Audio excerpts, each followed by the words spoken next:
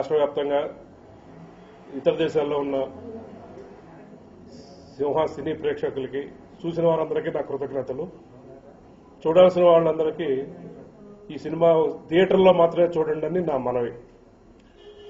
ముఖ్యంగా ఈ రోజు ఏర్పాటు చేసిన ప్రెస్ మీట్ అనేది యాక్చువల్లీ సినిమా రిలీజ్ అయిన తర్వాత, రిలీజ్ కాకముందు ప్రెస్ మీట్లు పెట్టుకున్నాం, మీతో మాట్లాడడం జరిగింది. అప్పుడు కేవలం సినిమా ఎలా చేసాం, ఈ సినిమాలో ఏముంది, ఎలా ఉండబోతుంది, రిలీజ్ ఎప్పుడు చేస్తున్నాం, ఆడియో ఎప్పుడు చేస్తున్నాం, ఆడియో సక్సెస్ ఎలా, ఇలాంటి మాటలు మాట్లాడాం. కానీ ఈ రోజు కేవలం పైరసీ అనే దాని మీద మాత్రమే ఈ ప్రెస్ మీట్ ఏర్పాటు చేయడం జరిగింది. ఎందుకంటే భయపడిపోతున్నాం. ఇంత మంచి సినిమా, ఇంతమంది, ఎంతో మంది ఇండస్ట్రీ మొత్తం టోటల్ ఇండస్ట్రీ అభినందనలు తెలియజేసింది ఈ సినిమా చాలా బాగుందని. అటువంటి సంతోష సమయంలో గత 2 రోజులుగా అనేక ఫోన్ కాల్స్, పైరసీ ఇక్కడుంది, పైరసీ అక్కడుంది, పైరసీ సీడీలు వచ్చినాయి, జాగ్రత్త పడండి అని. రాష్ట్ర వ్యాప్తంగా కొన్ని వేల షాపులు ఉన్నాయి, కొన్ని వేల మంది ఈ పైరసీ వ్యాపారంలో ఉన్నారు. ఇంతమంది నేను ఒక్కడే పోయి పట్టుకోవటం కానీ, లేకపోతే నాతో పాటు ఉన్న కొద్దిమంది, కేవలం 10 మంది, 50 మంది, 100 మంది యూనిట్ వాళ్ళు వెళ్లి ఇచ్చేయటం కానీ సాధ్యమయ్యే పని కాదు. ఇది అందరికి తెలిసిందే. పోలీస్ ద్వారా మాత్రమే ఇది అరికట్టబడుతుందని నమ్మి గత నెలలో ఒక నిర్మాత, రవిచంద్ అనే సోదర నిర్మాత, ఈ పైరసీ మీద నిరాహార దీక్ష చేయడం జరిగింది. దాని మీద గవర్నమెంట్ స్పందించి పోలీసు వారిని అప్రమత్తం చేయటం, అనేక దాడులు నిర్వహించడం, ఇదంతా కూడా జరగటం మూలంగా మార్చి మొదటి వారం, 2వ వారం పైరసీ అనేది ఏ సినిమా కూడా అంత తొందరగా పైరసీ రాలేదు మార్చిలో వచ్చిన సినిమాలు. కానీ ఈ రీసెంట్ గా వచ్చిన డార్లింగ్ అని, ఇంకో వరుడు గాని గత 15 రోజులుగా కుప్పలు తెప్పలుగా సీడీలు ఇవన్నీ మార్కెట్లో ఉన్నాయి. కానీ సింహ సీడీ ఈ రోజు వరకు అయితే మార్కెట్లో ఇంకా రాలేదు. వస్తుంది అనే నమ్మకమైన సమాచారం ఉన్న తర్వాత భయం వేస్తోంది. ఇది కలెక్షన్ మీద ఎలాంటి ప్రభావం చూపుతుంది, ముఖ్యంగా క్వాలిటీ మీద.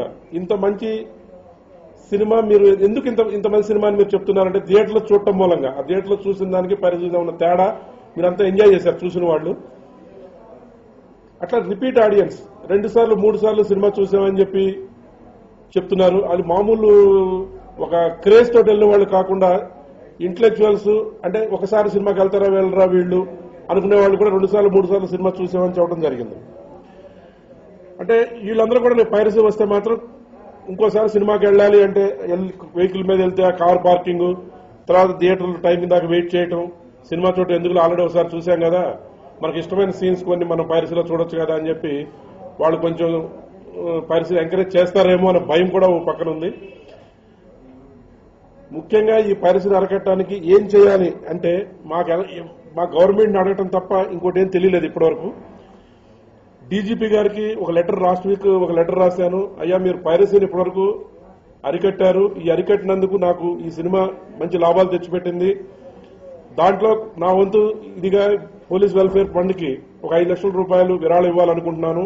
మీరు ఏ రోజు టైం ఇస్తే ఆ రోజు నేను ఐమాక్స్ థియేటర్ లో బాలయ్యబాబు గారిని పిలిచి బాలయ్యబాబు గారి చేతుల మీదుగా మీకు ప్రెస్ ముందు ఈ విరాళం అందజేస్తాను అని చెప్పి ఒక లెటర్ రాయడం జరిగింది. ఆయన ఢిల్లీ వెళ్లి ఉన్నారు శనివారం, ఆదివారం. ఈ రోజు సోమవారం నాడు వస్తాను, వచ్చిన తర్వాత మీకు తెలియజేస్తామండి, టైం ఎప్పుడు ఇస్తామనేది అన్నారు.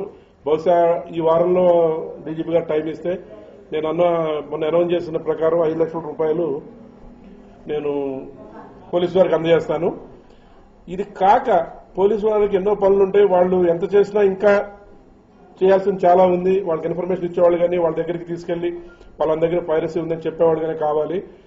ఈ నెట్వర్క్ 23 జిల్లాల్లో ఎన్నో వందల వేల షాపులు ఉన్నాయి కాబట్టి ఫ్యాన్స్ కానీ, సినీ ప్రేక్షకులు, సినీ అభిమానులు కానీ, సినిమా మీద ప్రేమ ఉన్నవాళ్ళు, సినిమా చచ్చిపోవద్దు, బతికుండాలి సినిమాని కోరికిన వాళ్ళు కానీ ఎవరైనా స్వచ్ఛందంగా ఇంట్రెస్ట్ తీసుకుని పైరసీ ఉన్న దగ్గరికి వెళ్లి ఐడెంటిఫై చేసి ఎస్ పైరసీ సీడీ ఉంది వీళ్ళ దగ్గర, అందులో సింహ సీడీ ఉంది అని గనక నిరూపించి వాళ్ళని తీసుకెళ్లి పోలీస్ స్టేషన్ కి తీసుకెళ్లి వాళ్ళ మీద కేసు బుక్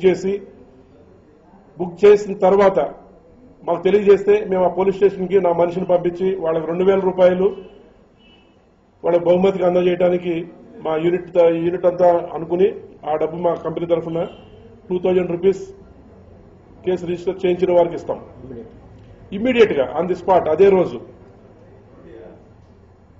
తర్వాత ఆ కేసుని సీరియస్ గా అలాగే వాళ్ళు పట్టుకున్న ఆధారాలతోటి పర్సూ చేసి ఆ పట్టుకున్న వ్యక్తికి శిక్ష పడేలా చేస్తే 2 లక్షల రూపాయలు హైదరాబాద్ నా సొంత ఖర్చుతో వాళ్ళని తీసుకొచ్చి బాలయ్యబాబు చేతుల మీదుగా 2 లక్షల రూపాయలు వాళ్ళకి బహుమతిగా ఇవ్వడం కూడా జరుగుతుంది. 23 జిల్లాల్లో మొదటగా పడిన శిక్షలు ముగ్గురికి, మొదటగా పట్టుకున్న ముగ్గురికి. ఎందుకంటే ఒకవేళ వీళ్ళు వేలల్లో ఉన్నారు, వేలల్లో పట్టుకుంటే నేను నిజంగా చేయగలిగింది మాత్రం చెప్పాలి. 23 జిల్లాల్లో ఇంటూ ముగ్గురు పెట్టుకుంటే కూడా ఒక 70 మంది సుమారుగా అవుతారు. 70 మందికి 2 లక్షలు అనుకుంటే 1,40,00,000 రూపాయలు అవుతుంది. ఇదిగా కేసు రిజిస్ట్రేషన్ చేసిన వాళ్ళకి 2,000 రూపాయలు కడిగేసుకుంటే సుమారుగా ఇంకో 50 లక్షలు 55 లక్షలు అవుతుంది. ఒక 5 లక్షలు పోలీసు వాళ్ళకి ఇస్తున్నాను. టోటల్ గా 2 కోట్ల రూపాయలు సింహ కంపెనీ సిద్ధంగా ఉంది 2 కోట్లు ఈ పైరసీని ఎదుర్కోవడానికి వెచ్చించడంలో. ఇది పత్రికాముఖంగా తెలియజేస్తున్నాను. ఈ ప్రామిస్ ని నిలబెట్టుకోవడం కోసం, అంటే చాలా మంది ప్రామిస్ చేసి నిలబెట్టుకునే సందర్భాలు ఉంటాయేమో, నాకు ఉంటే అంటారు. దీనికి మీడియానే సాక్షి. మీరు ఎప్పుడైనా ఎక్కడైనా నన్ను నిర్మోహమాటంగా అడగొచ్చు, నిలదీసి అడగొచ్చు. ఇందులో కనుక ఏదన్నా అవకతవకలు ఉంటాయి.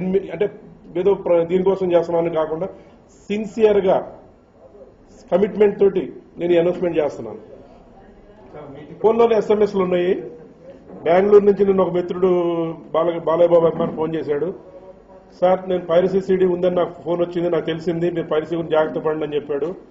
తమ్ముడు, అట్లా వచ్చింది రాలేదు, ఇలా కాకుండా నువ్వు ప్రత్యేకంగా వెళ్ళి ఆ సీడీ ఉంటే ఆ సీడీ చూసి అది తీసుకొచ్చి నా చేతిలో ఉంది సార్ సీడీ, ఏం చేయమంటే అడిగితే నేను దాని మీద స్పందిస్తానని చెప్పాను. అన్నట్టుగానే ఆ కుర్రాడు సాఫ్ట్వేర్, అతను డెలైట్ కంపెనీలో ఉద్యోగం చేస్తాడు. అతను బెంగళూరులో, తెలుగు కుర్రాడు.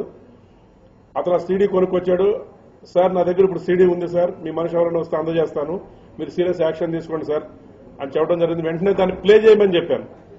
నువ్వు దాంట్లో పెట్టి ప్లేయర్లో పెట్టి ప్లే చేయమ్మా, ప్లే చేసిన తర్వాత డైలాగ్స్ వినిపించు అని చెప్పాను. ఆయన ఫస్ట్ హాఫ్ లో కొన్ని బాలకృష్ణ గారు మాట్లాడి, ఫిష్ వెంకట్ మాట్లాడిన డైలాగ్స్ ఇవన్నీ కూడా వినిపించడం జరిగింది ఫోన్ ద్వారా. అది విన్న తర్వాత సెకండ్ హాఫ్ లో డైలాగ్స్ వినిపించమని చెప్పాను. సెకండ్ హాఫ్ లో డైలాగ్స్ వినిపించాడు. అంటే 100% అతను సీడీ అనేది అతని దగ్గర ఉందని నమ్మి ఇమీడియట్ గా దీని మీద ఏదైనా ఆలోచన చేయాలని చెప్పి అప్పటికప్పుడు ఆలోచన తీసుకున్న నిర్ణయం ఇది. ఇప్పుడు ప్రత్యేకంగా ఈ సినిమాలో ఒక ప్రత్యేకమైన సాంగ్ తీయడం జరిగిందండి. మొత్తాన్ని టార్గెట్ చేస్తూ, అంటే ఫ్యామిలీస్ని వీళ్ళందరినీ ఇచ్చేస్తూ ఒక లక్ష్మీ నరసింహస్వామి కళ్యాణం సాంగ్ తీయడం జరిగిందండి. పూర్తిగా ఒక ప్రధాన అర్చకులు, యాదగిరిగుట్ట నుంచి ప్రధాన అర్చకులను తీసుకొచ్చి ప్రత్యేకంగా కూర్చోబెట్టి ఆ సాంగ్ షూట్ చేయడం జరిగిందండి. మొత్తం అంటే కళ్యాణ తంతు అనేది ఎంత పవిత్రంగా ఉండాలి, ఎంత ఇదిగా ఉండాలి లక్ష్మీ నరసింహస్వామి కళ్యాణాన్ని, అది అందుకని ఆయన పిలిపించి చేయడం జరిగిందండి. ఆ సాంగులో ఆంధ్రప్రదేశ్లో ఉన్న మెయిన్ లక్ష్మీ నరసింహస్వామి ప్రాశ్చాత్య దేవాలయాలు కొన్నిటిని మెన్షన్ చేస్తూ వెళ్ళడం జరిగిందండి. మన ధర్మపురి, మన యాదగిరి, అలాగే మంగళగిరి, అంతర్వేది, సింహాచలం, అలాగే అహోబిలం, ఇలా మొత్తం అన్ని దేవాలయాల ప్రాశస్యాన్ని అందులో ఇచ్చేయడం జరిగిందండి. సో కథలోంచి మేము ఏదైతే ఎన్నుకొని ఆ దేవాలయాలను ఇచ్చేస్తూ అంత పవిత్రతను చూపించడానికి ట్రై చేశామో, ఆ దేవుడు కృప వల్లే ఈ రోజు మేము ఈ సినిమా ఇంత పెద్ద హిట్ అయిందని చెప్పి అందరం అనుకుంటున్నాం, ఆయన దయ వల్లే. సో అందుకని ఏంటంటే బాలయ్య బాబు, మేము, ప్రొడ్యూసర్ గారు, మిగతా కొంత టెక్నీషియన్స్తో ఒక్కొక్క దేవాలయాన్ని బుధవారం నుంచి 12వ తారీఖు నుంచి 21 వరకు మధ్యలో 1-2 రోజులు గ్యాప్ ఇచ్చుకుంటూ అన్ని దేవాలయాలను సందర్శిస్తూ ఫ్యాన్స్ని, ఆడియన్స్తో ఒకసారి అక్కడే మా దేవాలయ సందర్శన అయిపోయిన తర్వాత, దేవాలయ దర్శనం అయిపోయిన తర్వాత వాళ్ళతో చక్కగా మాట్లాడి అక్కడి నుంచి రావడం జరుగుతుందండి. ఈ విజయయాత్ర 21 వరకు కొనసాగుతుందండి. అది దేవాలయాల మీద ప్రత్యేకంగా కథలోంచి చేయడం జరుగుతుందండి.